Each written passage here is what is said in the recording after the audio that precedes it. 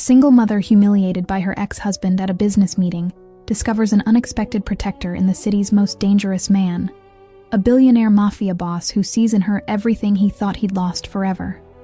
If you're ready for a story of power, protection, and forbidden love, stay with me until the end. And don't forget to subscribe and comment where you're watching from. I love hearing from you. The conference room felt smaller than it should have been. Megan sat at the long mahogany table, her hands folded neatly in front of her, projecting a calm she didn't feel. Her heart hammered against her ribs, a desperate, frantic rhythm that threatened to betray the composure she'd carefully constructed that morning. Across from her, Richard. No, she had to stop thinking of him as hers. Richard leaned back in his leather chair with the kind of ease that came from never having to fight for anything.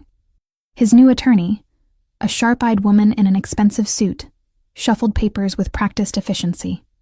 Next to Richard sat her, Vanessa, blonde, polished, wearing a diamond that caught the fluorescent light and threw it back like a weapon. The diamond that should have been Megan's. Megan's fingers tightened around each other beneath the table. She could feel the slight tremor starting in her wrists, traveling up her arms. She pressed her palms together harder, willing the shaking to stop. Her daughter Lily's face flashed in her mind. Those big brown eyes, the gap-toothed smile, the way she'd hugged Megan's legs that morning and whispered, "You're the bravest mama in the world." Brave. The word felt like a lie now. Ms. Thompson, Richard's attorney began, her voice dripping with false courtesy that stung worse than outright cruelty. "We've reviewed your financial statements, and frankly, we have concerns about your ability to provide adequate care for Lily." The words hit like physical blows. Megan's throat tightened, but she kept her expression neutral. Years of holding herself together, of being the strong one, had taught her how to swallow pain until it settled somewhere deep and cold in her chest. "My daughter has everything she needs," Megan said quietly. Her voice came out steadier than she felt, though she could hear the slight waver at the end.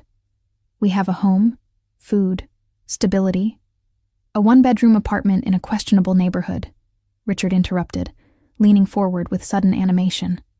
The shift in his posture was calculated. She'd seen him do it in business meetings before, moving in for the kill when he sensed weakness. "Working double shifts at that diner while our daughter stays with whatever babysitter you can afford that week." Our daughter. He said it like he had any right to claim her.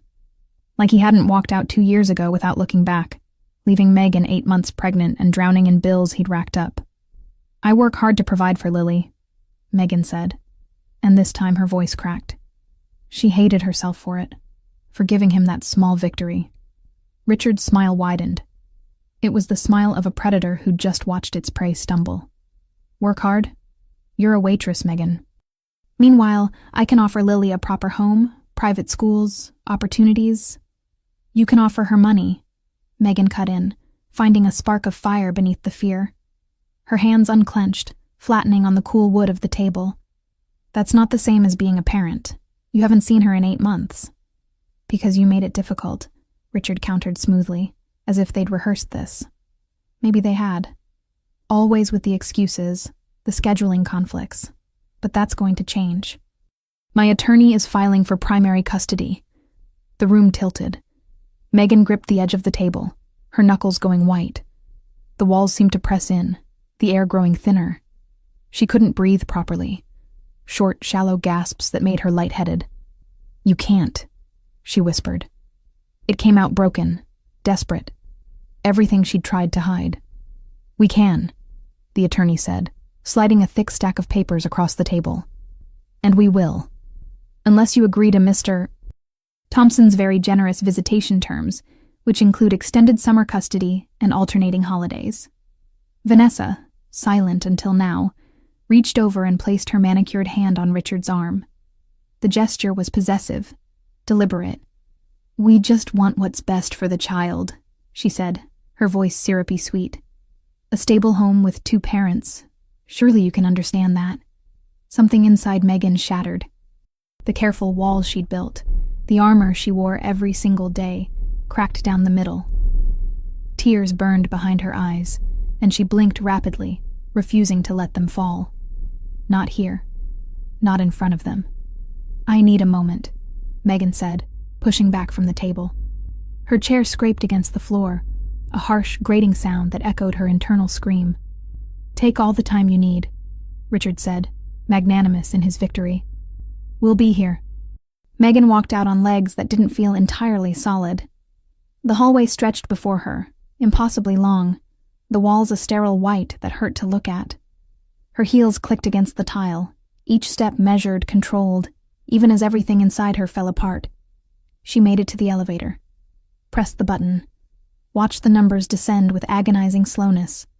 The doors opened with a soft chime that sounded like mockery. Inside, alone, Megan let her head fall back against the mirrored wall. She closed her eyes. One tear escaped, trailing down her cheek in a hot, shameful path. Then another, and another. By the time the elevator reached the ground floor, she'd wiped her face clean, reapplied the mask, stepped out into the lobby of the high-rise building with her shoulders back and her chin up. She would not break, not where anyone could see. The lobby was all marble and glass, the kind of ostentatious wealth that Richard had always coveted. Megan headed for the main doors, her vision tunneling, focused only on escape. She didn't notice the man standing near the reception desk until she nearly walked into him. Careful, a voice said, deep, quiet, with an edge of something dark beneath the courtesy. Megan looked up, and her breath caught. He was tall, dressed in a charcoal suit that probably cost more than her rent, with dark hair and eyes that seemed to see straight through her careful composure. There was something about him, a stillness, a controlled power that made the air around him feel different, heavier, charged. I'm sorry, Megan murmured, moving to step around him. His hand caught her arm. Not hard, not threatening, but firm enough to stop her. The touch sent a jolt through her, unexpected, electric. She looked down at his hand, then back up at his face. You're upset, he said. Not a question, a statement. I'm fine. Megan lied automatically, trying to pull away. He didn't let go. His eyes narrowed slightly, studying her with an intensity that made her skin prickle. You're not fine. Someone hurt you. It wasn't a question that time either. Somehow, impossibly, this stranger could see what she'd worked so hard to hide. The tears she'd swallowed, the fear she'd buried, the humiliation that clung to her like a second skin. It's none of your business, Megan said, but her voice came out weak, shaky. Maybe not, he agreed. His thumb brushed once against her arm. Barely a touch, just a whisper of contact. And then he released her.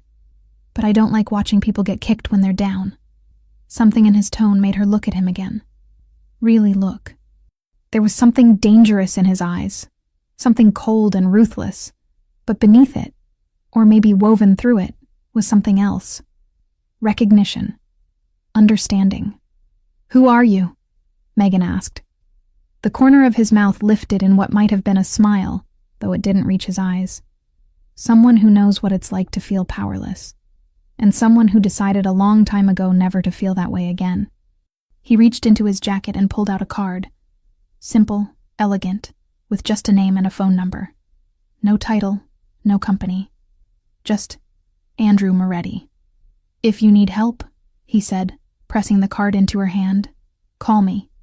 Then he walked past her toward the elevator, leaving Megan standing in the middle of the lobby, holding a stranger's card, and feeling like the ground had shifted beneath her feet. She looked down at the name. Andrew Moretti. She knew that name. Everyone in the city knew that name, even if they pretended not to. Whispers in dark corners, rumors that people were smart enough not to repeat too loudly. Money, power, control over half the city's underground operations. The Mafia. Megan's fingers tightened around the card. She should throw it away. Walk out of this building and never think about the man with the dark eyes and the dangerous smile again. But she didn't throw it away. She slipped it into her purse and walked out into the cold afternoon air, where the wind cut through her coat and stole what little warmth she had left. Megan didn't sleep that night. She lay in her small bedroom, staring at the ceiling while Lily slept peacefully in the bed beside her. Their apartment was quiet except for the distant sound of traffic and the occasional voice drifting up from the street below. The walls were thin. She could hear her neighbor's television through the plaster. a late-night talk show laugh track that felt obscene in its cheerfulness. Her phone sat on the nightstand, screen dark, silent. Next to it, Andrew Moretti's card. She'd looked him up. Of course she had. Sitting at her laptop after putting Lily to bed, Megan had typed his name into the search bar with trembling fingers, not sure what she'd find. The results were complicated. Andrew Moretti, 38 years old. CEO of Moretti Enterprises, a legitimate business empire that included real estate, hotels, restaurants. On paper, he was just another billionaire, one of the city's elite. But the truth lived in the spaces between the official records, in the news articles that asked careful questions without ever saying anything directly, in the way his name appeared in connection with certain establishments, certain people, certain events that the police never quite managed to investigate fully. The Moretti family. Old money. Old power. The kind of power that didn't show itself in daylight, but ran through the city's veins like blood. Dangerous. That's what he was. What he represented. And yet, Megan closed her eyes, remembering the way he'd looked at her. Not with pity. She couldn't have stood pity, but with something else. Recognition. As if he'd seen her, truly seen her, in a way no one else had in years. Someone who knows what it's like to feel powerless. His words echoed in her mind. A man like that. Wealthy, connected, feared. What could he possibly know about powerlessness? But she'd seen it in his eyes. That flash of something old and buried. A wound that had scarred over but never quite healed. Lily stirred beside her, making a small sound in her sleep. Megan turned on her side, watching her daughter's face in the dim light filtering through the curtains. 7 years old. Still young enough to believe that her mother could fix anything, protect her from everything. But Megan couldn't protect her from this. Richard had money, connections, a team of lawyers who could twist the truth until Megan looked like an unfit mother. And what did she have? A decent lawyer she could barely afford, a stack of bills that never seemed to get smaller, and the bone-deep exhaustion of someone who'd been fighting alone for too long. She reached for her phone. Her thumb hovered over the screen. This was insane. Calling a mafia boss for help? That wasn't how normal people solved their problems. That was how people ended up in worse situations than they started in, owing debts they could never repay. But what choice did she have? Megan unlocked her phone and pulled up the keypad. Her hands shook as she typed in the number from the card, each digit feeling like a step towards something she couldn't take back. She didn't hit call. Not yet. Instead, she set the phone down and pulled the blanket up over Lily, tucking it around her small shoulders. Her daughter mumbled something unintelligible and snuggled deeper into the pillow. "I love you," Megan whispered. "More than anything in this world." Then she picked up the phone again and pressed call before she could change her mind. It rang once, twice. On the third ring, he answered. "Megan." His voice was rougher than she remembered, scratched with sleep but alert, as if he'd been expecting her call. "It's 2 a.m. "I know," she said. Her voice came out barely above a whisper. She glanced at Lily, making sure she was still asleep, then slipped out of bed and moved to the living room, closing the door softly behind her. "I'm sorry. I shouldn't have—" "I told you to call if you needed help," Andrew interrupted. "I meant it." Megan sank onto the couch, pulling her knees up to her chest. The apartment felt even smaller in the dark, the walls pressing in. "I don't know why I'm calling. I don't even know you." "No," he agreed. "You don't." Silence stretched between them. But it wasn't uncomfortable. It felt expectant, as if he was giving her space to find her words. "My ex-husband wants to take my daughter away," Megan finally said, the words spilling out in a rush. "He abandoned us, disappeared, and now suddenly he wants custody. He has money, lawyers, a new wife who can give Lily everything I can't. And I'm just a waitress who can barely make rent. How am I supposed to fight that?" "You can't," Andrew said bluntly. "Not on your own." The truth of it hit like a fist to the gut. Megan pressed her hand over her mouth, swallowing down the sob that threatened to escape. "But you're not on your own anymore," he continued, his voice softer now. "Are you?" "I don't understand," Megan said. Why would you help me? You don't know me. What could you possibly want in return? Another pause. She could hear him breathing on the other end, slow and controlled. What do you know about me? He asked. Enough, Megan said carefully. Enough to know that people don't cross you. That you have power in this city. That you're... She trailed off, unable to say it. Dangerous, Andrew finished for her. You can say it, Megan. I know what I am. Then why? She asked again. Why offer to help me? Because I saw something today, he said. In that lobby. You were falling apart, but you held yourself together. You've been knocked down, but you're still standing. That takes strength. Real strength. And I respect that. That's not a reason to get involved in a custody battle, Megan said. No, he agreed. It's not. But maybe I have my own reasons. Maybe I'm tired of watching people with power use it to crush people who don't deserve it. Maybe I want to do something that matters for once. Does the reason matter if I can help you? Yes, Megan said immediately. Because I need to know what you want from me. I can't afford to owe you. I can't... You won't owe me anything, Andrew interrupted. And there was something fierce in his voice now. Something that made her believe him despite every instinct screaming that this was too good to be true. I don't want your money, Megan. I don't want your soul. I just want to help you keep your daughter. Why? She whispered one more time, needing to understand. The silence that followed was longer this time. When he finally spoke, his voice was quiet, almost vulnerable. Because someone should have helped my mother once. And no one did. Megan's breath caught. In those few words, she heard a story, one she suspected he didn't tell often. One that explained the darkness in his eyes, the controlled fury, the way he looked at her in that lobby as if he'd seen himself.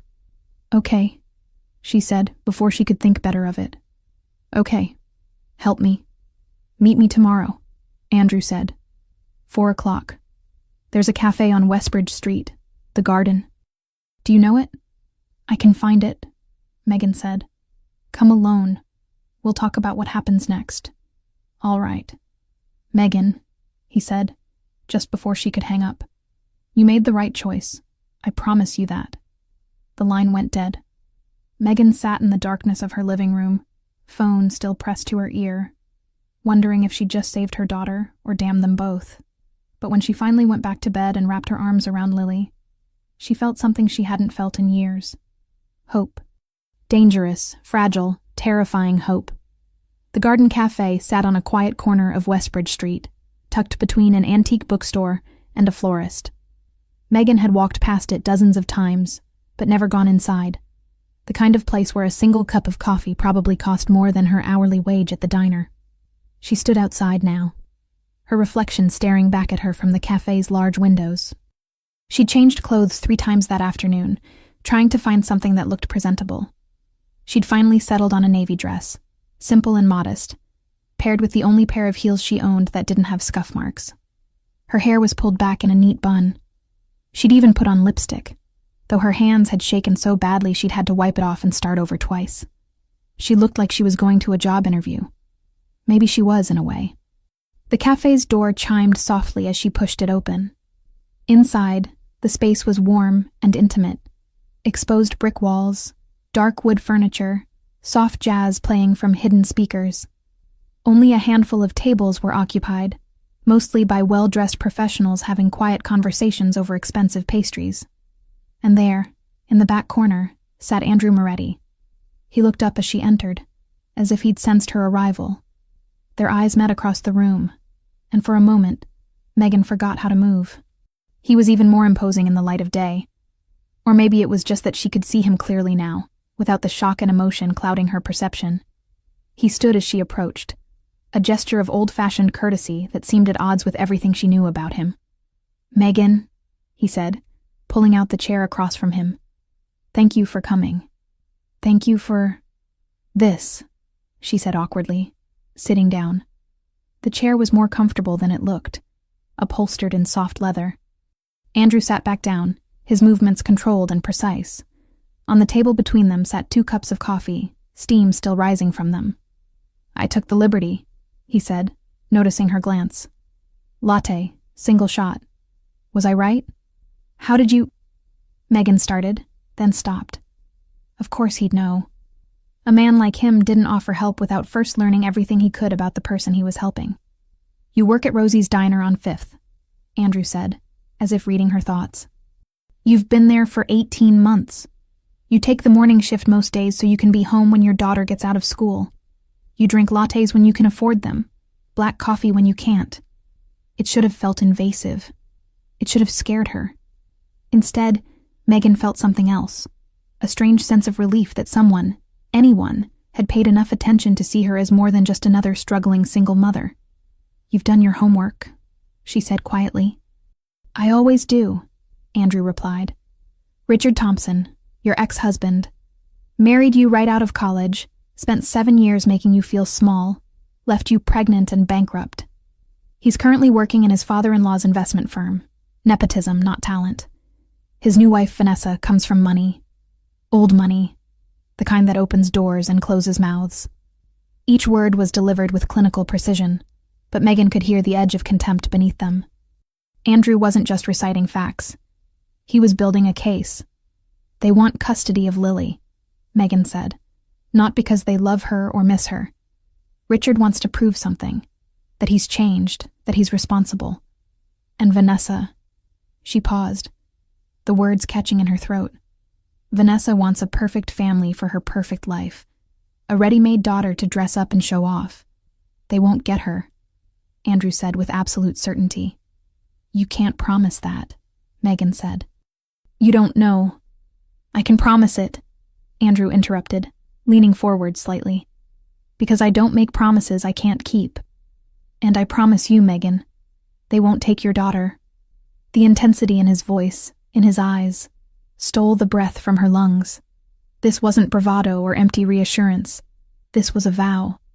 How? She asked. Richard has lawyers, money, connections. And I have more of all three, Andrew said simply. Better lawyers, more money. Connections that go deeper than his father-in-law's country club membership.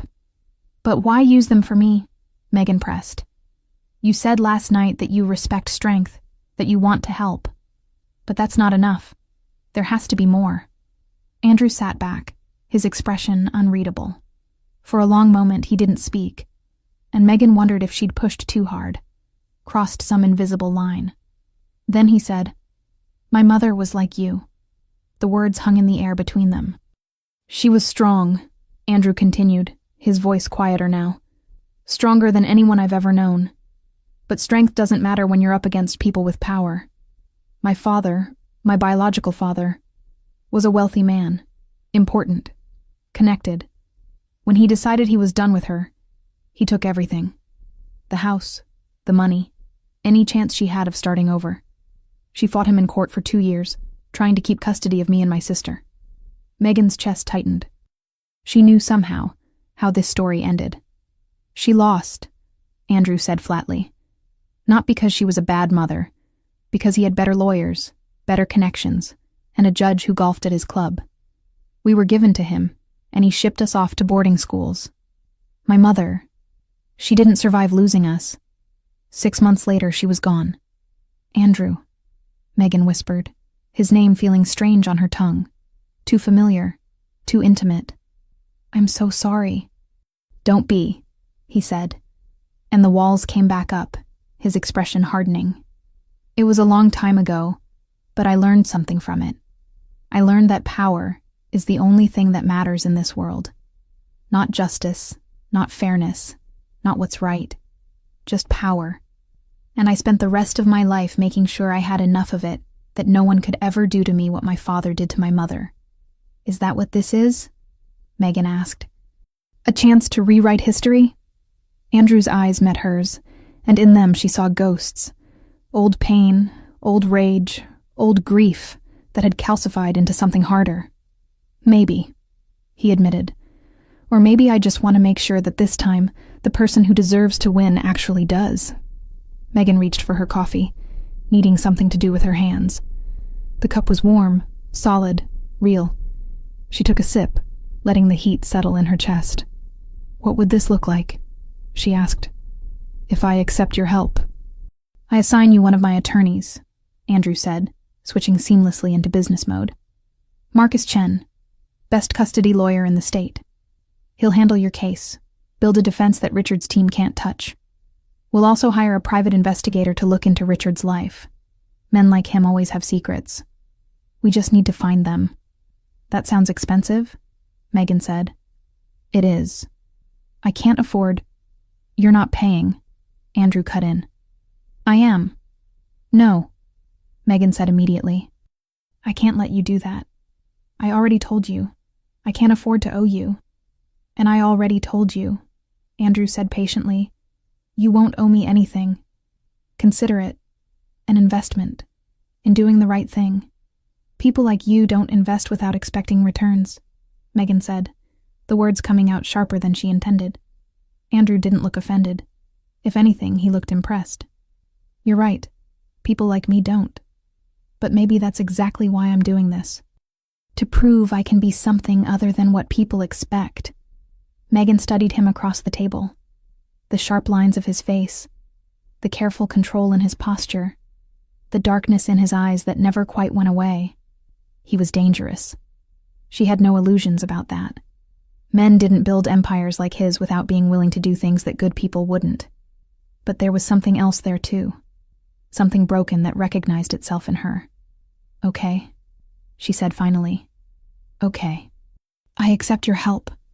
Something shifted in Andrew's expression. Satisfaction, maybe, or relief. He reached into his jacket and pulled out a sleek black phone, typing something quickly. Marcus will contact you tomorrow, he said. Give him everything.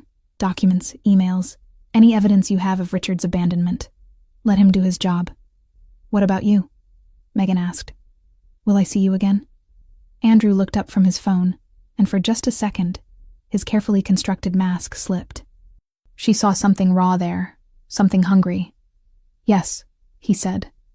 You'll see me again. It wasn't a threat. It was a promise. And somehow, that was more dangerous. 3 days passed like a held breath.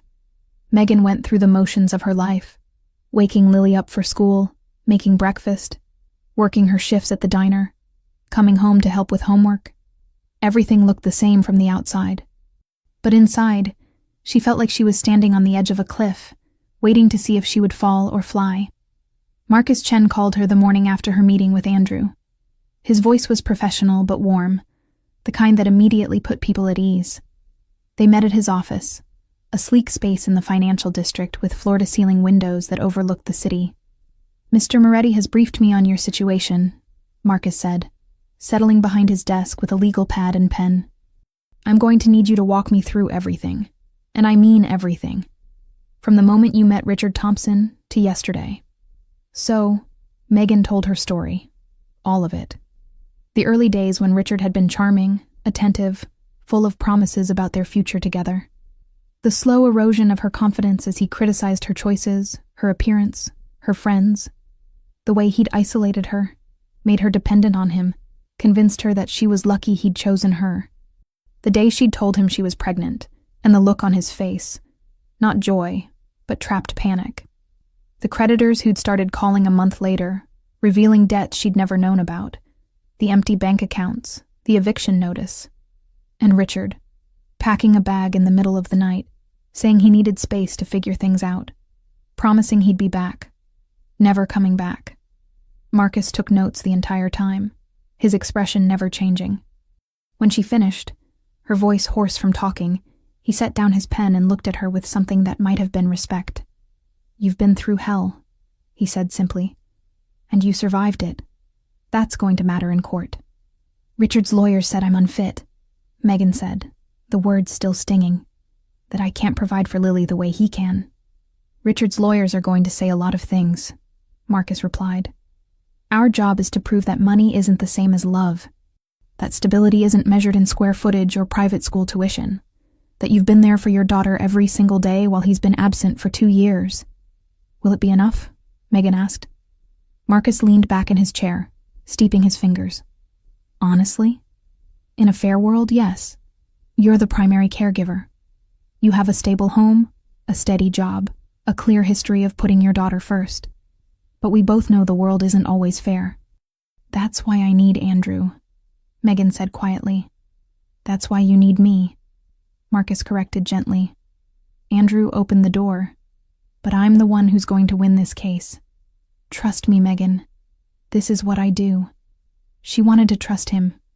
God, she wanted to believe that this would work, that she wouldn't lose her daughter to a man who'd never wanted her in the first place. There's one more thing, Marcus said. Andrew mentioned hiring a private investigator. His name is David Torres. He's already started looking into Richard's background. If there's anything at all, that we can use, David will find it. What kind of things? Megan asked. Financial improprieties, affairs, substance abuse, any behavior that would make Richard look less than ideal as a parent. Marcus paused. I know this might feel wrong, dirty even, but custody cases aren't won on moral high ground. They're won on evidence. Megan thought about Richard's face across that conference table. The smugness, the casual cruelty, the way he'd weaponized her poverty against her. Find everything, she said. I don't care if it feels dirty. I care about keeping my daughter. Marcus smiled, sharp and satisfied. That's exactly what I wanted to hear. That evening, Megan was wiping down tables at the diner when her phone buzzed in her apron pocket. She pulled it out, expecting a text from Lily's babysitter. Instead, it was an unknown number. There's a car waiting outside for you. Don't be alarmed. Megan's heart kicked against her ribs. She glanced toward the front windows of the diner. Sure enough, a sleek black car sat at the curb, windows tinted, engine running. Her manager, Joe, noticed her staring. Everything okay, Meg? Yes. I need to step outside for a minute. Your shift doesn't end for another hour, Joe said, frowning. I know. I'm sorry. It's important. I'll make it up, I promise. Before he could argue, Megan untied her apron and headed for the door. The November air hit her like a slap, cold and sharp. She wrapped her arms around herself, approaching the car slowly. The back door opened. Andrew sat inside, illuminated by the soft glow of the interior lights. He was dressed more casually than she'd seen him before. Dark jeans, a black sweater, but still radiating that quiet authority that seemed to follow him everywhere. Get in, he said. It wasn't quite a command, but it wasn't a request either. Megan hesitated only a second before sliding into the car. The door closed behind her with a soft click, sealing them into a pocket of warmth and leather-scented air. You can't just send a car for me while I'm working, Megan said, trying to sound firm. My boss is going to be furious. Your boss will be fine, Andrew said. I bought the diner this afternoon. You're getting a raise, by the way. Megan stared at him. What? You were being underpaid, Andrew said, as if purchasing an entire restaurant to give someone a raise was perfectly normal. Joe's a decent enough manager, but he cuts corners on wages. That's changing. You'll see the difference in your next check. You can't just buy the place I work, Megan said, her voice rising. That's insane. I can do whatever I want, Andrew said calmly. That's the point of having money. No. Megan shook her head, feeling panic rise in her chest. No, this is too much. The lawyer, the investigator, now this. Andrew, I can't. Breathe, he interrupted, and his hand moved, not touching her, just hovering near her arm, close enough that she could feel the warmth of him through her sleeve. Just breathe, Megan. She did, dragging air into her lungs in short, sharp gasps. The car felt too small suddenly, the air too thin. Why are you doing this? She asked when she could speak again. And don't tell me it's just about your mother. There has to be more. Andrew was quiet for a long moment. Outside, the city moved past them in streaks of light and shadow as the car pulled away from the curb. You want the truth? He finally said. Yes. The truth is, I've spent 20 years building an empire. I have more money than I could spend in 5 lifetimes. I have power, respect, fear, everything I told myself I needed to never feel helpless again. He turned to look at her, and in the dim light of the car, his eyes were dark and fathomless. But none of it means anything It's all just empty. A monument to my own anger. Megan's breath caught at the raw honesty in his voice. And then I saw you in that lobby. Andrew continued, broken and fighting and refusing to stay down. And I thought, maybe this is what power is supposed to be for. Not building walls to keep people out, but using what I have to help someone who needs it. That's a very noble way of saying you want to play hero, Megan said softly, without malice. Maybe, Andrew admitted. Or maybe I just want to prove to myself that I'm more than what my father made me.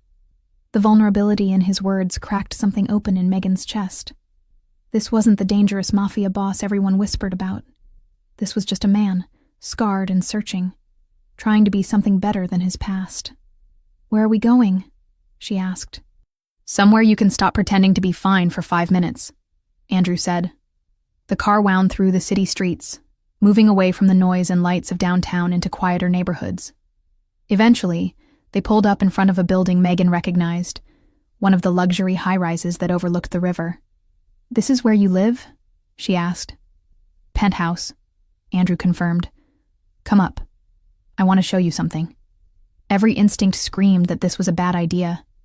Going to a man's apartment, a dangerous man's apartment, alone, at night.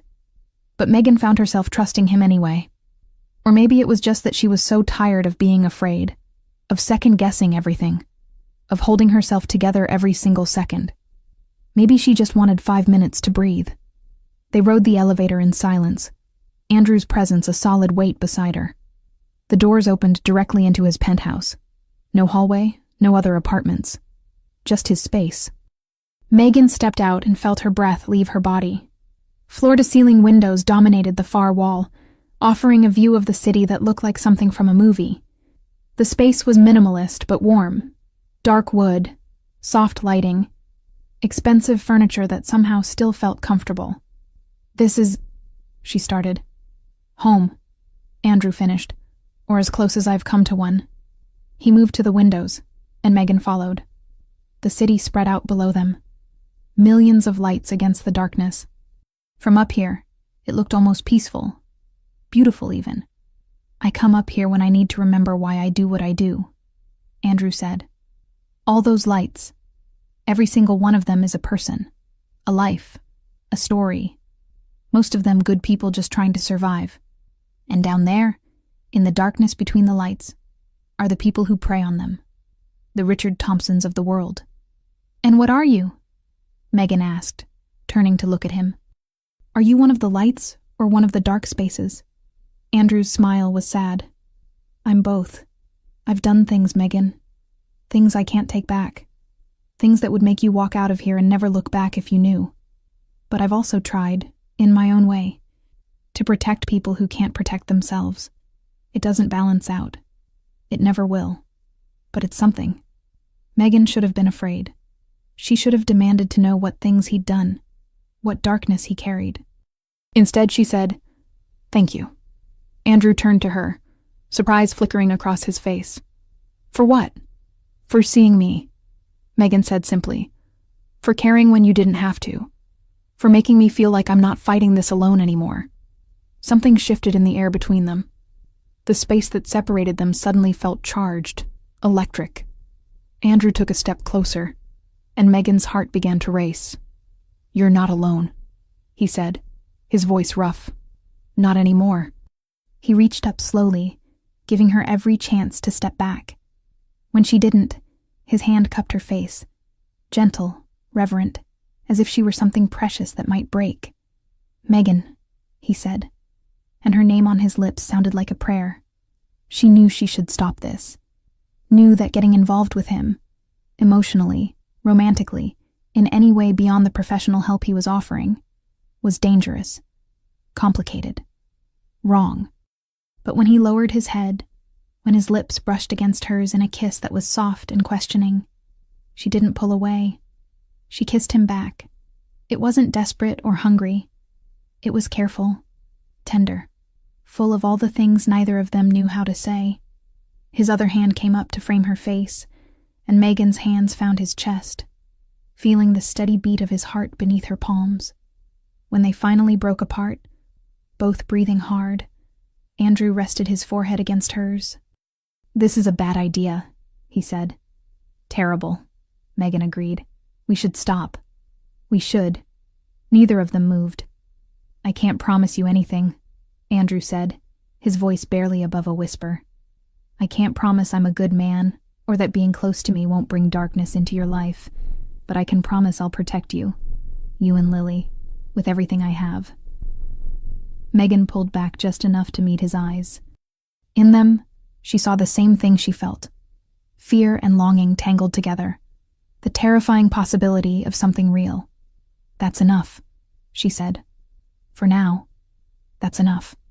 The custody hearing was set for 3 weeks away. In that time, Megan's life transformed in ways she couldn't have imagined. Marcus worked tirelessly, building a case that painted her as the devoted, self-sacrificing mother she was, and Richard as the absent, negligent father he'd been. David Torres, the private investigator, worked in the shadows. Megan never met him, but she saw the results of his work in the thick files that appeared on Marcus's desk. Richard's financial records, his work history, his current life with Vanessa. And then, 1 week before the hearing, David found something. Megan was at Andrew's penthouse when Marcus called. She'd been spending more time there, at first for strategy meetings and then just because. Because Andrew made her coffee the way she liked it. Because he listened when she talked about Lily, about her fears, about everything. Because when she was with him, she felt less like she was drowning.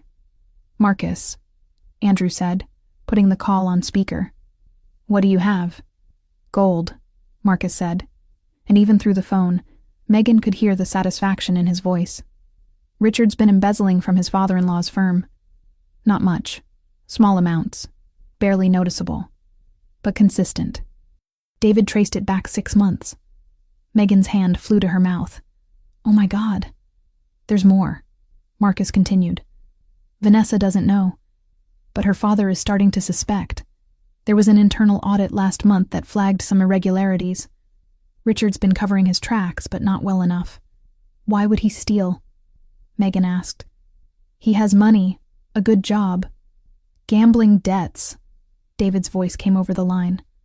Rougher than Marcus's, weathered by years of seeing the worst in people. "Your ex has been placing bets online. Sports, mostly. He's down about 80,000. Megan felt sick. This was the man who wanted custody of her daughter. A thief. A liar. A man so desperate he'd steal from his own family. "Can we use this?" Andrew asked, his voice hard. "Absolutely," Marcus said. "It goes directly to his character and fitness as a parent. A judge isn't going to look favorably on someone committing fraud while simultaneously claiming he can provide a more stable home." "Do it," Andrew said. "File whatever motions you need to. I want this information in front of the judge before the hearing." "Already done," Marcus said. "I submitted an emergency motion this afternoon. We should have a response within 48 hours.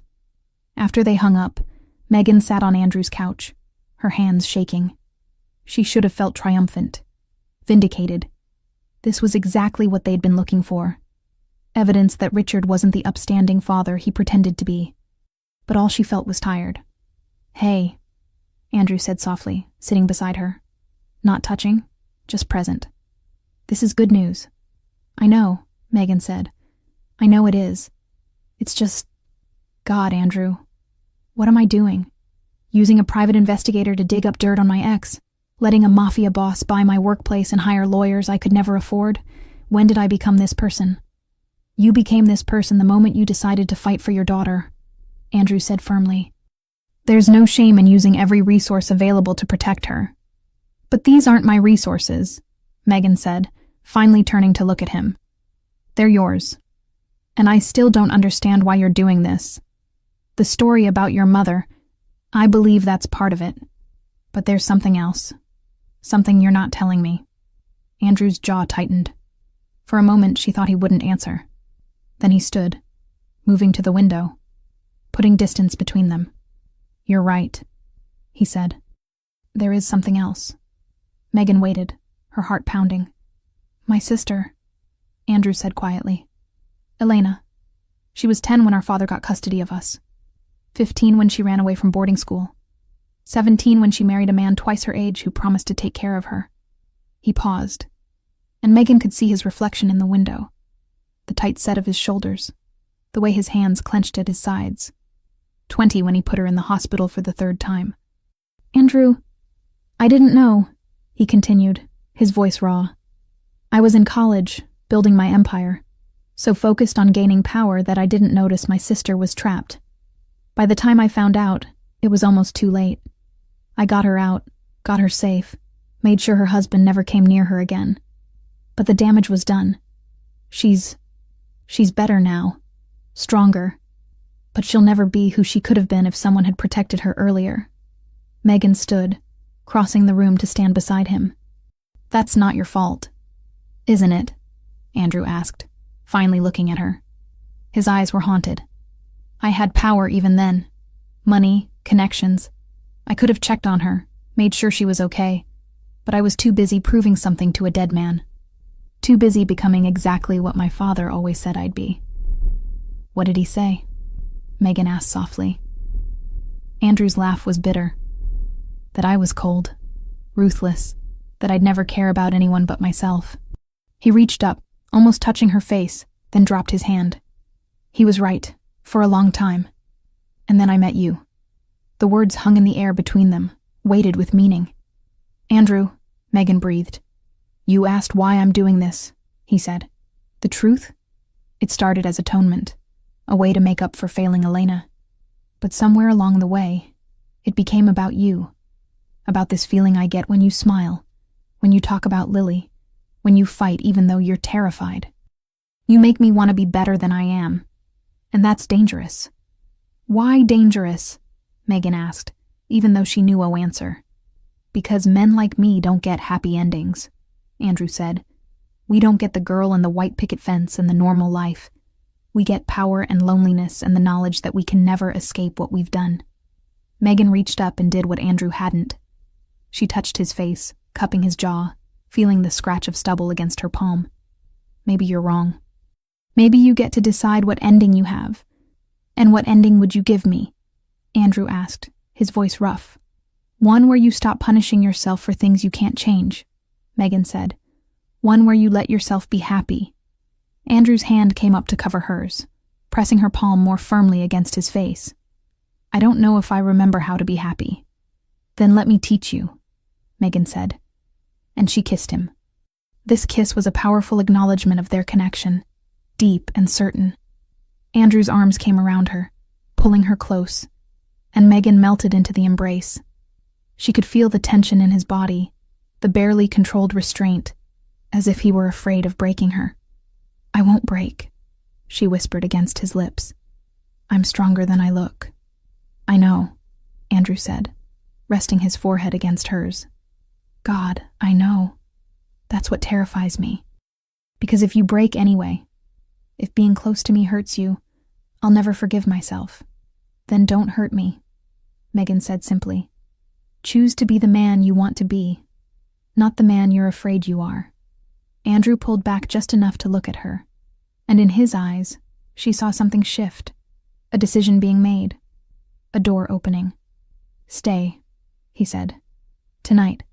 Just stay here on the couch and we'll talk. I'll take the guest room. I can't, Megan said, even though she wanted to. Lily is with your neighbor until tomorrow morning, Andrew said. I know because I hired a babysitter to help Mrs. Chen. She's a professional, fully vetted, and she's paying Mrs. Chen 3 times her normal rate. Lily is safe and happy. Megan should have been annoyed that he'd arranged her life without asking. Should have asserted her independence, her boundaries. Instead, she said, You really do think of everything. I try, Andrew said with a small smile. So will you? Stay? Megan knew this was a line they couldn't uncross. That staying here, letting this become more than strategy meetings and stolen kisses, would complicate everything. But she was so tired of being alone. Yes, she said. I'll stay. The night wrapped around them like a secret. Andrew made dinner. Or rather, he had dinner delivered from a restaurant Megan couldn't pronounce the name of, with dishes that looked like art on the plate. They ate at his dining table, the city lights glittering below them like fallen stars. "Tell me about Lily," Andrew said, pouring wine into her glass. "Beyond the case. Who is she?" Megan's face softened instantly. "She's everything. Smart, funny, stubborn as hell. She wants to be a veterinarian when she grows up, because she loves animals more than people." She laughed softly. "Can't say I blame her. She's obsessed with marine biology right now. Checks out every book about ocean life from the school library. Our apartment is covered in drawings of whales and dolphins."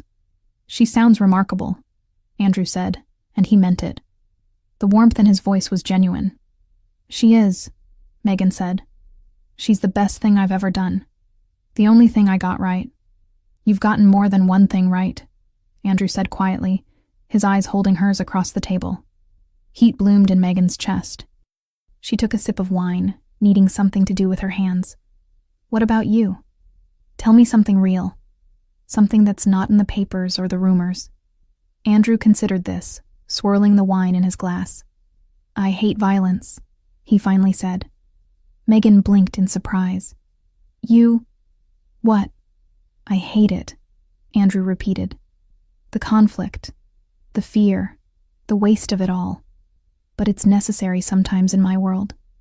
People think men like me enjoy it, the power, the control.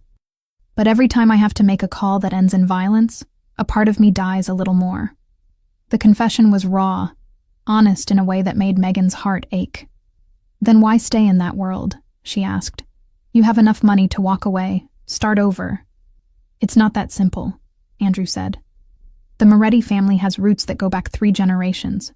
There are people who depend on me, for jobs, for protection, for stability.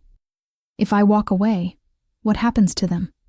And the power vacuum I'd leave behind. Other families would move in. Ones without any boundaries, any code." "So you're trapped," Megan said. "So I'm responsible," Andrew corrected. "There's a difference."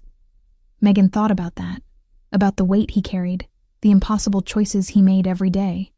She'd thought her life was complicated, but Andrew's world was something else entirely. A constant balancing act between darkness and whatever light he could salvage. "Do you ever wish you were someone else?" she asked. "Every single day," Andrew admitted, "and never more than right now." "Why now?" He reached across the table, his fingers brushing against hers. A whisper of contact that sent electricity up her arm. "Because you make me want things I can't have. A normal life. A clean slate. The right to be someone you could love without shame." Megan's breath caught. "Andrew? I know," he said quickly, withdrawing his hand. "I know this can't be anything. You have Lily to think about, a life to rebuild. And I have everything else. But for tonight, can we pretend? Can we pretend I'm just a man and you're just a woman and the rest of the world doesn't exist?" Every logical part of Megan's brain screamed that this was dangerous, that letting herself feel anything for this man would only lead to heartbreak, that she should leave now, before this became something she couldn't walk away from. But her heart, her tired, battered, lonely heart, whispered something different. "Yes," she said. "For tonight, we can pretend." They moved to the living room after dinner, settling onto the couch with the city sprawling beneath them. Andrew turned on music, something soft and instrumental that filled the space between words. Megan tucked her feet under her, feeling more relaxed than she had in years. Maybe it was the wine. Maybe it aired the exhaustion of fighting finally catching up to her.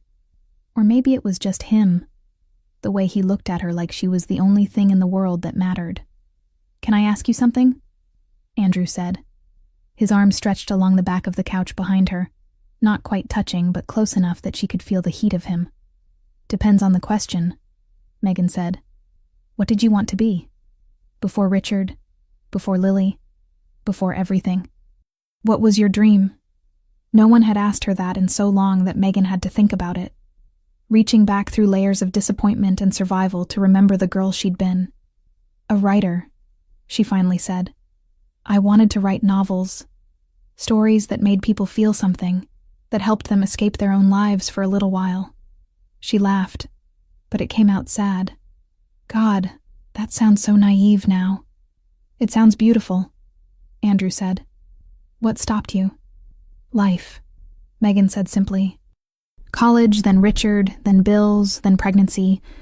My laptop died 3 years ago and I couldn't afford to replace it. Even if I could, when would I write? Between my shifts and taking care of Lily and trying to keep our heads above water? What if you had time? Andrew asked. What if you didn't have to work double shifts? What would you write? Megan closed her eyes, letting herself imagine it. Love stories, she said, but real ones. Not the fairy tale kind where everything works out perfectly. Stories about people who are broken finding each other. About second chances and choosing to be brave even when you're terrified. That sounds like your story, Andrew said softly. Megan opened her eyes and found him watching her with an intensity that stole her breath. Maybe, she admitted, if it has a happy ending. What would a happy ending look like? Andrew asked. I keep Lily, Megan said immediately. That's non-negotiable. Everything else, I don't know. Security, peace. Maybe someone who sees me, really sees me, and doesn't run away from what they find. I see you, Andrew said, his voice rough. And I'm not running. The distance between them felt like a living thing. Charged, electric, begging to be crossed. Megan knew she should maintain it, keep this professional, safe. But she was so tired of safe, so tired of being alone. She leaned in. Andrew met her halfway. This kiss was different from the others, hungrier, more desperate. Andrew's hand came up to tangle in her hair, and Megan's fingers curled into his sweater, pulling him closer. She could taste wine on his lips, could feel the controlled restraint in the way he held her, like she was something precious, something that might disappear if he held too tight. Megan, he breathed against her mouth, his forehead pressed to hers. Tell me to stop. I don't want you to stop, she whispered. Something in Andrew's control cracked. He held her close, his hands framing her face as he kissed her again, a powerful expression of his fierce devotion. Megan's hands found his chest, feeling the rapid beat of his heart beneath her palms. He was just a man, she reminded herself. Flesh and blood and wanting, just like her. But he wasn't just a man. He was Andrew Moretti. Dangerous, powerful, wrapped in shadows she couldn't fully see. And she was falling for him anyway, despite every warning voice in her head. We should talk about this, Andrew said, though he didn't stop kissing her, trailing his lips along her jaw, down her neck, making her shiver. Later, Megan said, tilting her head to give him better access. We can talk later. Megan, Andrew said again, and this time he pulled back enough to look at her. His eyes were dark, pupils blown wide, but there was something else there too. Concern. I need you to be sure, because once we cross this line, I won't be able to go back. I won't be able to pretend I don't feel what I feel. What do you feel? Megan asked, her heart pounding so hard she was sure he could hear it. Andrew's hand cupped her face, his thumb brushing across her cheekbone with devastating tenderness. Everything, he said simply. I feel everything when I look at you. And it terrifies me, because I don't know how to keep you safe from my world, while also keeping you in my life. Then don't, Megan said. Don't keep me safe. Just be honest with me. Trust me to make my own choices. Even if those choices put you in danger? Andrew asked. Even then, Megan said. I've been making dangerous choices since the day I met you. At least with you, I know what I'm choosing. Andrew searched her face, looking for doubt, for hesitation.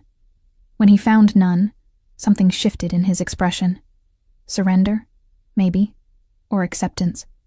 Stay with me tonight, he said. We'll talk until morning. I want to tell you everything, but I'll sleep on the couch. Megan knew what he was asking, knew that this would change everything between them, complicate an already impossible situation. But she was so tired of being afraid, of holding herself apart from anything that might hurt her. Okay, she said. We'll talk. Andrew's relief was palpable. He didn't lift her this time. Instead, he led her back to the couch, where they sat close, talking for hours as the city lights twinkled outside, choosing to build their relationship on trust, not recklessness. The morning of the custody hearing arrived, wrapped in gray clouds and the promise of rain. Megan stood in front of her bathroom mirror, trying to steady her shaking hands as she applied lipstick. She'd barely slept the night before, her mind running through every possible scenario, every way this could go wrong. Lily sat on the edge of the bathtub, swinging her legs and watching her mother with solemn eyes. She knew something important was happening today, even if she didn't understand all the details. "Mama," she said quietly, "are you scared?" Megan paused, the lipstick halfway to her mouth. She could lie, tell her daughter everything would be fine. But Lily deserved better than pretty lies. "Yes, baby," Megan said, setting down the lipstick and turning to face her. "I'm very scared." "Of what?" "Of losing you," Megan admitted, kneeling down so they were eye level. "Your father wants you to live with him, and today a judge is going to decide where you belong." Lily's face crumpled. "But I belong with you." "I know, sweetheart," Megan said, pulling her daughter into a tight embrace. "I know you do. And I'm going to fight as hard as I can to make sure you stay with me." "What if the judge doesn't listen?" Lily asked, her voice muffled against Megan's shoulder. "Then we'll keep fighting," Megan said fiercely. "I will never, ever stop fighting for you. Do you understand?" Lily nodded, squeezing her mother tighter. A knock at the door made them both jump. Megan rose, smoothing down her dress. The nicest one she owned, navy blue and conservative, meant to make her look like a responsible parent. She opened the door to find Andrew standing in the hallway, dressed in a charcoal suit that probably cost more than her monthly rent. But it wasn't the expensive clothes that made her breath catch. It was the look in his eyes. Determination, and something softer. Something that looked like love. "Ready?" he asked. "No," Megan admitted. "But let's go anyway." Andrew's gaze shifted to Lily, who was peeking around her mother's legs. "Hi, Lily," he said gently. "I'm Andrew. I'm a friend of your mom's." Lily studied him with the unnerving directness of children. "Are you helping my mama?" "I'm trying to," Andrew said, crouching down to her level. "Is that okay with you?" Lily considered this, then nodded. "Okay, but you have to promise to take good care of her. She doesn't always take good care of herself." Something passed across Andrew's face. Surprise, maybe, or affection. "I promise," he said solemnly. "Your mom is very important to me." Satisfied, Lily grabbed her backpack. "Can we go now? Mrs. Chen is making pancakes." They dropped Lily off with the neighbor, who'd agreed to watch her during the hearing. Megan kissed her daughter goodbye 3 times, holding on just a little too long, trying not to think about what it would mean if this was one of her last mornings like this. "I love you," she whispered into Lily's hair. "More than anything in the whole world." "I love you too, Mama," Lily said. "You're going to win. I know you are." Megan wished she had her daughter's faith.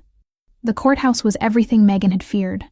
Cold, imposing, built to intimidate. She walked through the metal detectors with Andrew at her side, his hand resting lightly on the small of her back. The touch was grounding, reminding her she wasn't alone. Marcus met them in the hallway outside the courtroom, his expression professionally neutral. "Everything's in order," he said. "The judge received all our motions, including the information about Richard's embezzlement. His attorneys filed a counter motion claiming the evidence was obtained illegally, but it was denied." "What does that mean?" Megan asked. "It means the judge knows what kind of man your ex-husband is," Marcus said with grim satisfaction. "Now we just need to make sure she understands what kind of mother you are." The courtroom doors opened, and Megan's stomach dropped. Inside, she could see Richard sitting at the opposing table with his attorney and Vanessa. He looked confident, relaxed, like this was just another business meeting. When he saw Megan, his expression shifted to something that might have been pity, as if he'd already won. "Breathe," Andrew murmured beside her. "You've got this." They took their seats. Marcus on one side of Megan, Andrew on the other. She could feel the eyes of everyone in the courtroom on them, wondering who the man in the expensive suit was, what his presence meant. "All rise," the bailiff called. The Honorable Judge Patricia Chen presiding. The judge was a woman in her 60s, with silver hair and sharp eyes that seemed to take in everything at once. She settled into her seat, reviewing the files in front of her with efficient precision. We're here today for the matter of custody regarding Lily Thompson, Judge Chen said. I've reviewed both petitions and the supporting evidence. This is not a trial, but a hearing to determine what arrangement serves the best interest of the child. Mr. Collins, you may begin. Richard's attorney stood, smoothing his tie. Thank you, Your Honor. My client, Richard Thompson, is seeking primary custody of his daughter Lily. For the past 2 years, the child has lived in substandard conditions with her mother, who works excessive hours and cannot provide the stability and opportunities that my client can offer. Megan's hands clenched in her lap. Marcus placed a calming hand on her arm. Ms. Thompson. Excuse me, Ms. Morgan. Collins continued, getting her name wrong deliberately. Works at a diner, earning barely above minimum wage. She lives in a 1-bedroom apartment in a neighborhood with high crime rates. Meanwhile, Mr. Thompson has a stable career, a home with adequate space, and can provide private education, health care, and extracurricular opportunities. Your Honor, Marcus interjected, the petitioner abandoned his pregnant wife 2 years ago, leaving her with substantial debts and no means of support. He has had minimal contact with the child since her birth. Wealth does not equate to fitness as a parent. Judge Chen held up a hand. I'll hear from both sides. Mr. Collins, continue. Collins presented their case methodically, highlighting Richard's income, his stable marriage, the school district where they lived. It was all surface, all shine. Nothing about who Richard actually was as a person. Then, it was Marcus's turn. Your Honor, he began. Megan Morgan has been the sole caregiver for her daughter since birth. She has worked tirelessly to provide for Lily, often at great personal sacrifice. She has never missed a parent-teacher conference, a doctor's appointment, or a school event. Lily's teachers describe her as a devoted mother, who prioritizes her daughter's well-being above everything else. Marcus presented documentation, report cards showing Lily's excellent grades, letters from teachers praising Megan's involvement, medical records showing consistent health care, evidence of a mother who showed up every single day, no matter how hard it got. Furthermore, Marcus continued, his voice hardening, Mr. Thompson has a criminal investigation pending regarding embezzlement from his current employer. He has outstanding gambling debts totaling approximately $80,000. This is not a man providing stability. This is a man whose life is built on lies. Richard's face flushed red. His attorney jumped to his feet. Objection. This is character assassination. It's relevant information. Marcus shot back. The court has a right to know about the petitioner's illegal activities and financial irresponsibility. Enough, Judge Chen said sharply.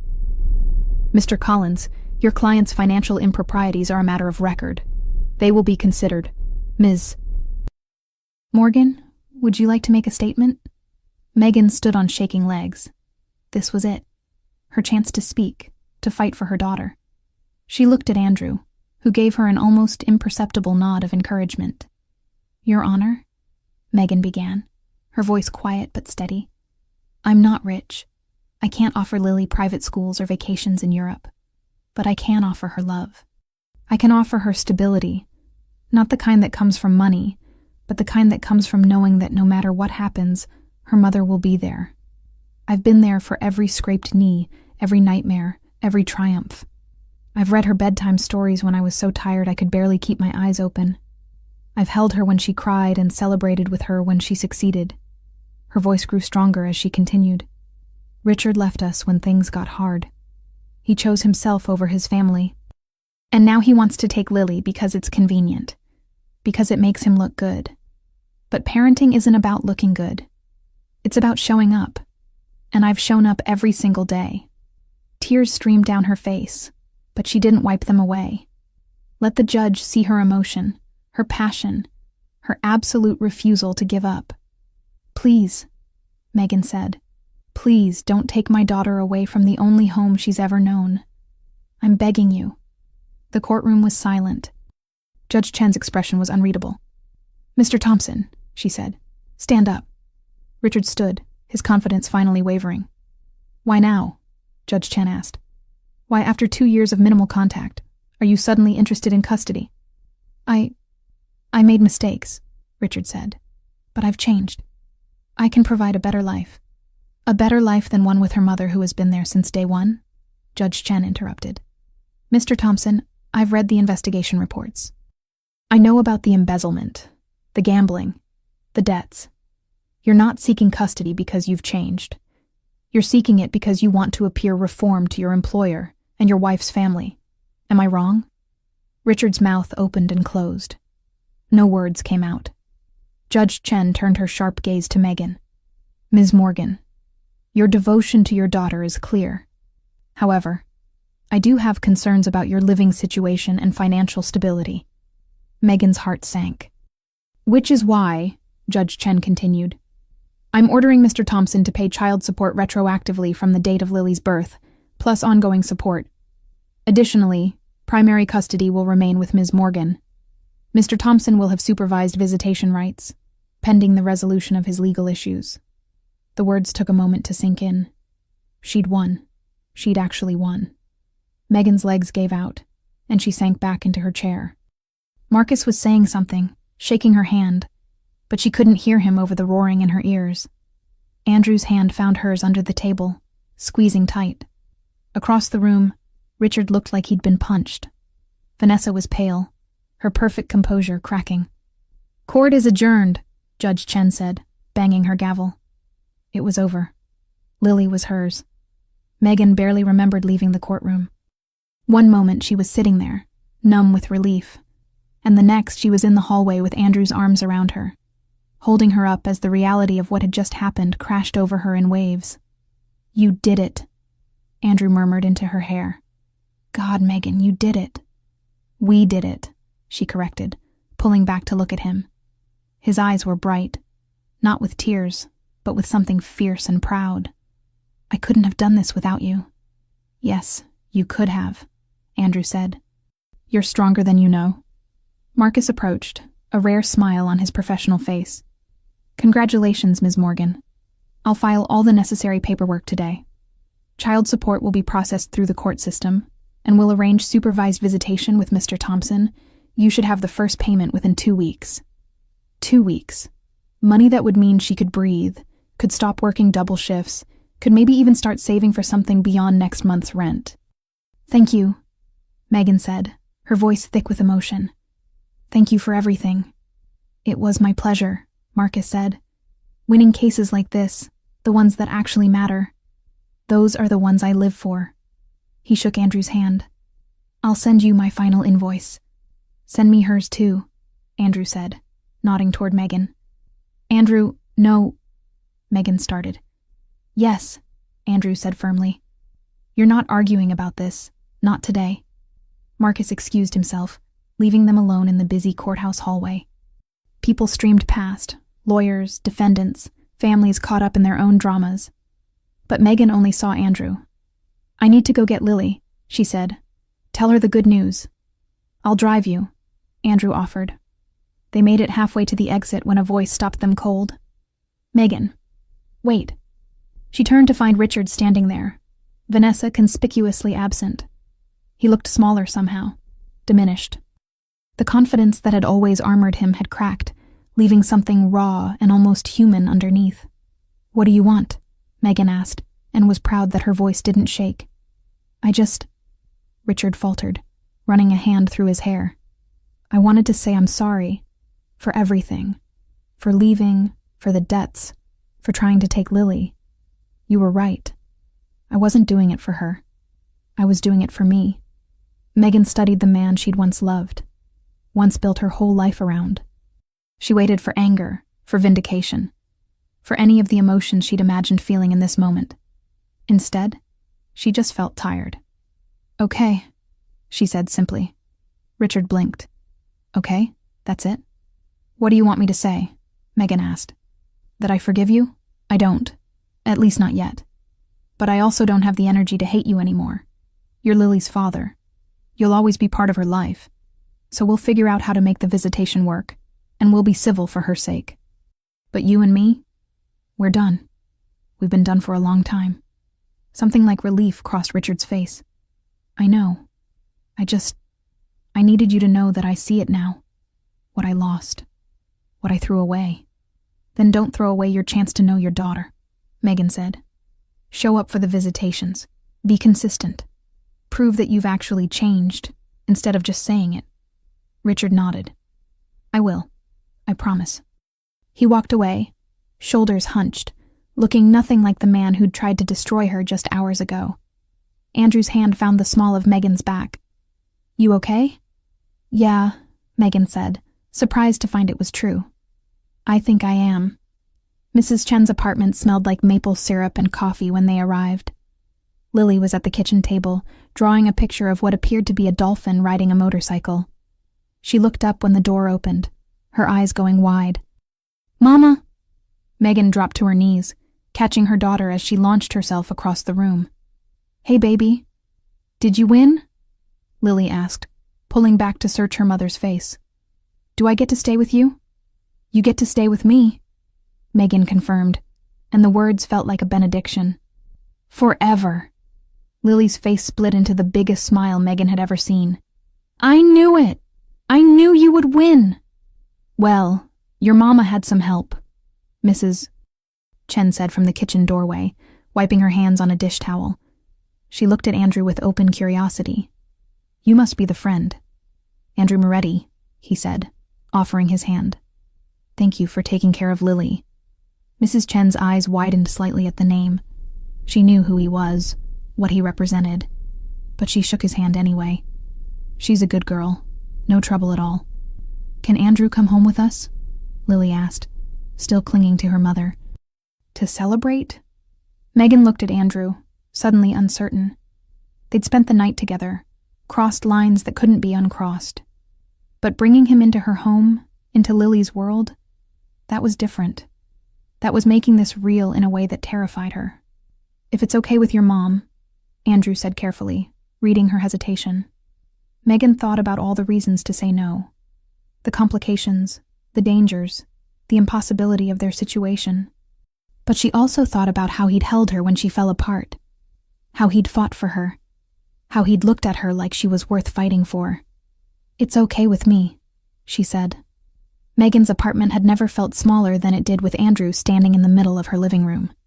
She saw it through his eyes, the worn furniture, the peeling paint, the drawings covering every available surface. It was a home built from scraps and love, nothing like his penthouse with its view and luxury. But Andrew didn't look uncomfortable or condescending. He looked content. This is nice, he said, examining a drawing of a whale that Lily had taped to the wall. You did this? Lily nodded proudly. That's a humpback whale. They can hold their breath for up to 30 minutes. That's impressive, Andrew said seriously. I can barely hold mine for 30 seconds. Lily giggled. That's because you're a human, not a whale. Good point, Andrew conceded. Megan watched them interact, something warm and terrifying unfurling in her chest. Andrew was good with Lily. Natural in a way that suggested he'd thought about this, prepared for it. As if her daughter mattered to him. Lily, why don't you go wash up for lunch? Megan suggested. I'll make your favorite.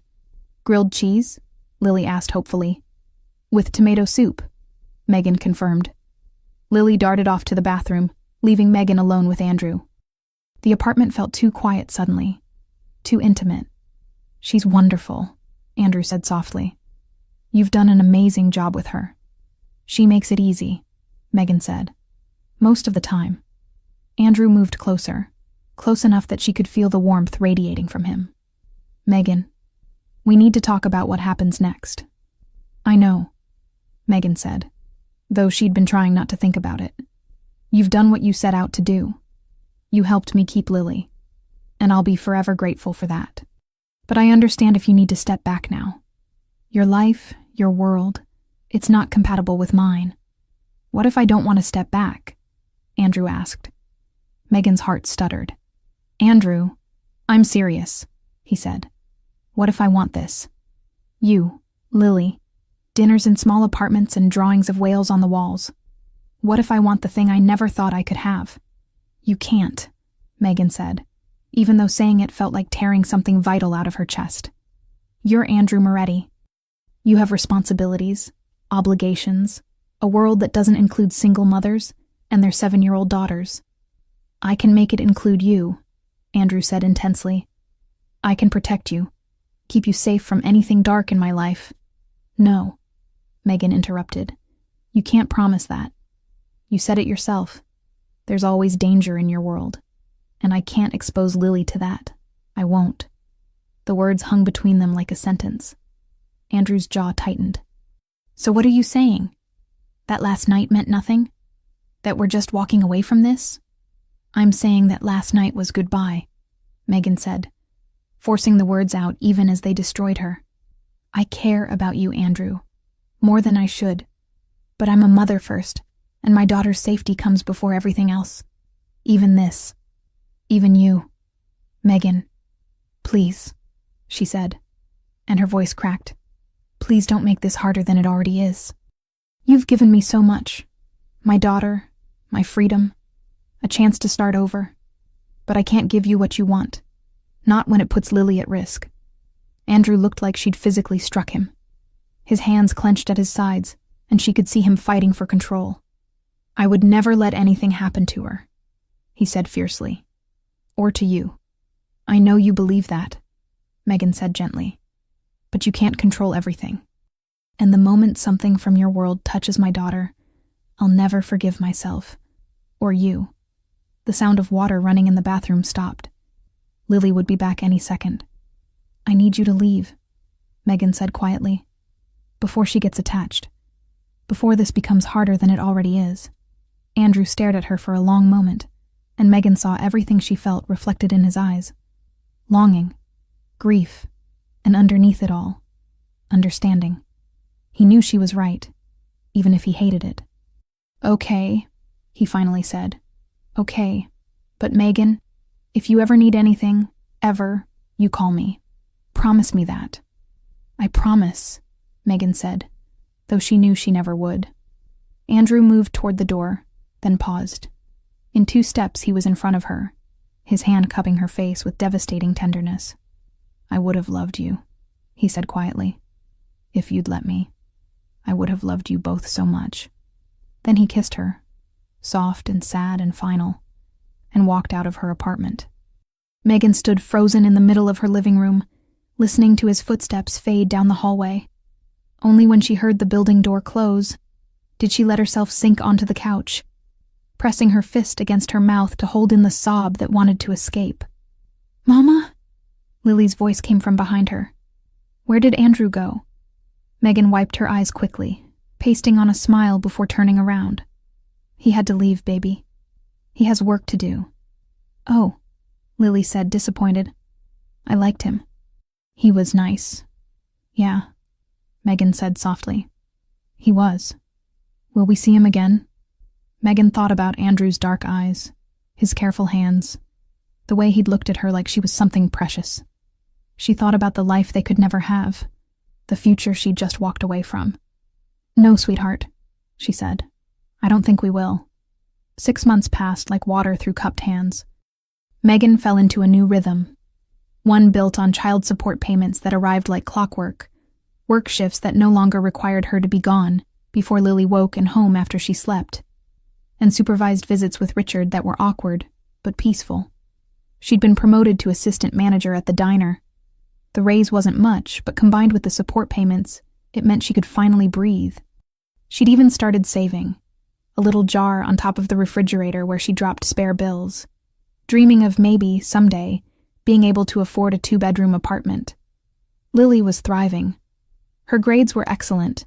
Her teacher praised her creativity and kindness, and she'd joined the school's marine biology club. She drew less these days, too busy reading, learning, growing into the remarkable person Megan had always known she'd become. From the outside, their life looked good, stable, everything Megan had fought for. So why did she feel like something vital was missing? She tried not to think about Andrew, tried not to wonder what he was doing, if he thought about her, if he'd moved on to someone whose life was less complicated. But late at night, after Lily was asleep, Megan would find herself staring at her phone, at the contact she'd never deleted, her thumb hovering over his name. She never called. She'd made her choice. She'd chosen safety over passion, stability over the wild, terrifying possibility of love. And it had been the right choice. She was sure of it. Most of the time. The call came on a Tuesday afternoon, just as Megan was finishing up the lunch rush at the diner. "Ms. Morgan?" An unfamiliar voice on her phone. "This is Detective Sarah Martinez with the City Police Department. I need you to come down to the station. There's been an incident involving Andrew Moretti." Megan's blood turned to ice. "What kind of incident? Is he okay?" "I'd prefer to discuss this in person," Detective Martinez said. "Can you come now?" Yes. Yes, I'll be there in 20 minutes. She told Joe she had an emergency. Didn't explain, couldn't explain, and grabbed her coat. Her hands shook as she drove to the police station, mind racing through terrible possibilities. Andrew hurt. Andrew arrested. Andrew dead. The last thought made her stomach revolt. Detective Martinez met her in the lobby, a woman in her 40s with sharp eyes and a no-nonsense demeanor. "Ms. Morgan, thank you for coming. Please, follow me."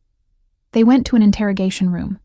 Cold, sterile, with a metal table and uncomfortable chairs. Megan sat, her heart hammering. "Mr. Moretti was involved in an altercation this morning," Detective Martinez began. "He's been taken to the hospital with moderate injuries.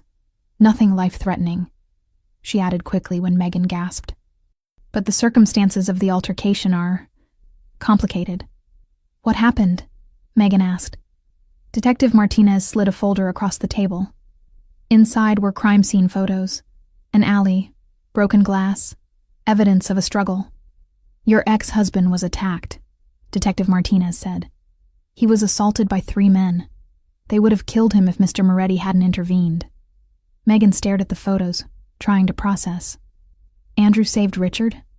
"According to witnesses, Mr. Moretti was leaving his office building when he saw your ex-husband being dragged into an alley. He went in alone, unarmed, as far as we can tell, and fought off 3 armed men. All of the aggressors were detained," Martinez confirmed. "I don't understand," Megan said. "Why would anyone attack Richard?" Detective Martinez's expression turned grim. "The men who attacked him are associated with an illegal gambling operation. Your ex-husband owed them money. A lot of money. When he couldn't pay, they decided to send a message. The embezzlement. The gambling debts. They'd thought it was resolved, but apparently Richard had just dug himself deeper. And Andrew, Mr. Moretti, he stopped them." "He did," Martinez confirmed. "The question is why. Mr. Moretti has, let's say, a reputation. He doesn't typically involve himself in random street violence. So I'm asking you, Ms. Morgan, what's his connection to your ex-husband?" Megan's mind raced. She couldn't tell the truth. That Andrew had been helping her. That they'd been whatever they'd been. That would raise questions she couldn't answer. "I don't know," she lied. "Maybe he just couldn't stand by and watch someone get killed." Detective Martinez studied her with those sharp eyes, clearly not buying it. "Right. Well, Mr. Moretti is at Mercy Hospital if you want to check on him. He's been asking for you." Megan's heart lurched. "He has?" "Wouldn't give a statement until he knew you'd been contacted and told you were safe," Martinez said. "So, whatever connection you're claiming you don't have, he seems to think differently." Megan found Andrew in a private room on the 4th floor, sitting up in bed with his left arm in a sling, and a noticeable bruise on his jaw. He looked up when she entered, and the relief that flooded his face was so profound it made her chest ache. "Megan," he said, her name coming out rough. "Thank God." "What were you thinking?" she demanded, though her voice came out softer than she intended. "Fighting 3 armed men?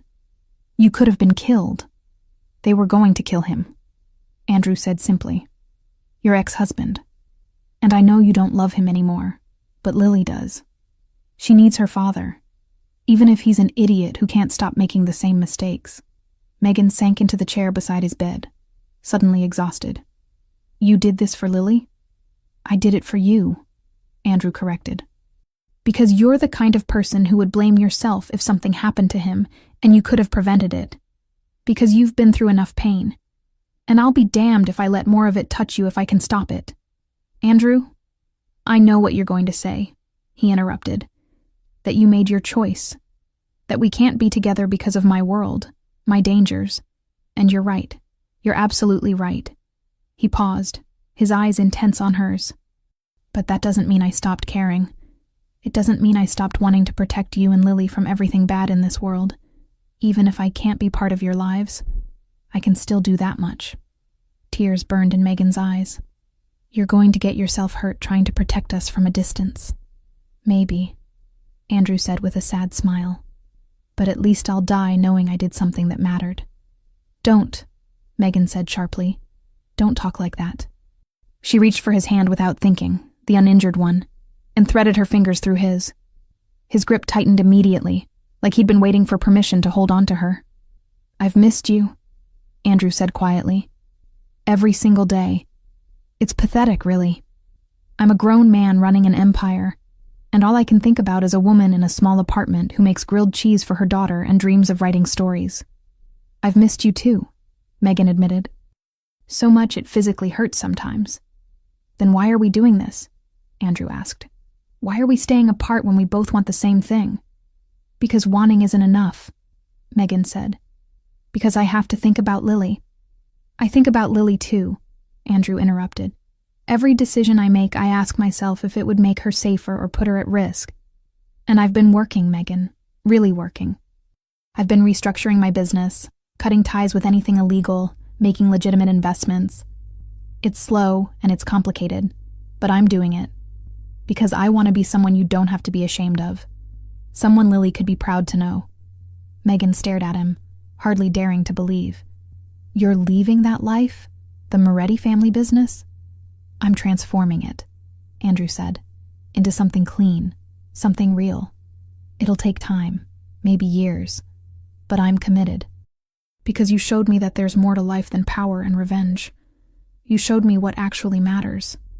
Andrew, Megan whispered, tears spilling over now. That's huge. But it doesn't change the fact that people will always see you as dangerous. That Lily could be targeted just for being connected to you. Which is why I've hired a security team, Andrew said. Not for me, for you and Lily. The best in the business. People who will make sure nothing from my old life ever touches either of you. You can't. I can. And I will, Andrew said firmly. Megan, I'm not asking you to jump into this blindly. I'm not asking you to upend your life or put Lily at risk. I'm asking for a chance. Let me prove that I can be the man you and Lily deserve. Let me be part of your lives, slowly, carefully, whatever pace you need. Just don't shut me out completely. Megan looked at their joined hands, at this man who'd literally fought armed criminals to protect someone who meant nothing to him except that he mattered to her. A man who was dismantling an empire he'd spent 2 decades building, just for the possibility of being good enough for her. This is insane, she said. Completely, Andrew agreed. If I even think Lily is in danger, you walk away, and I won't stop you, Andrew promised. Her safety comes first. Always. Megan took a shaky breath. Every logical part of her brain said this was still too risky, still too complicated. But her heart, her tired, lonely, hopeful heart, was screaming yes. Okay, she finally said. Okay, we can try. But slow, Andrew, really slow. The smile that broke across Andrew's face was like sunrise, radiant and full of promise. He lifted their joined hands and pressed his lips to her knuckles. Slow, he agreed. I can do slow, as long as it means you're giving me a chance. A knock at the door interrupted them. A nurse poked her head in. Mr. Moretti, you have another visitor, a young lady who's very insistent. But before she could finish, Lily pushed past her into the room. Mama, Mrs. Chen said you had an emergency and I got worried and she brought me here and... Lily stopped, taking in the scene. Andrew in the hospital bed, a little banged up. Megan's tear-stained face. Their joined hands. What happened?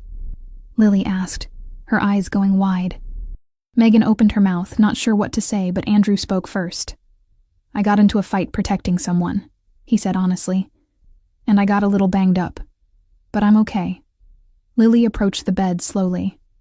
Were you scared? Terrified, Andrew admitted. But sometimes being brave means doing the scary thing anyway.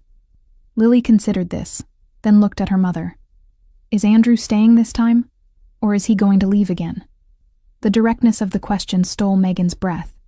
She'd thought Lily hadn't noticed, hadn't realized how much Andrew's absence had affected her. I want to stay, Andrew said, looking at Lily but speaking to both of them. If that's okay with you and your mom.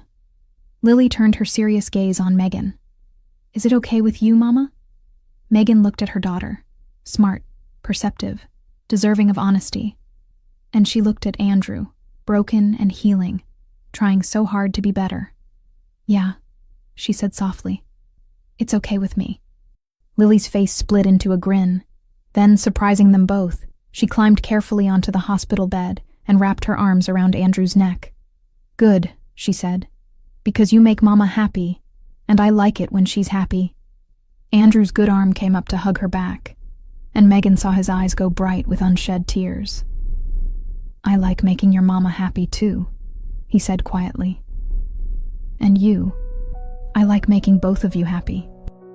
Megan watched them together, her daughter and this impossible man, and felt something inside her finally settle, like a puzzle piece clicking into place, like coming home after a long journey. It wouldn't be easy. There would be complications, difficulties, moments when she questioned this decision. But looking at Andrew's face as he held her daughter, at Lily's obvious joy, at the possibility of a future she'd never let herself imagine,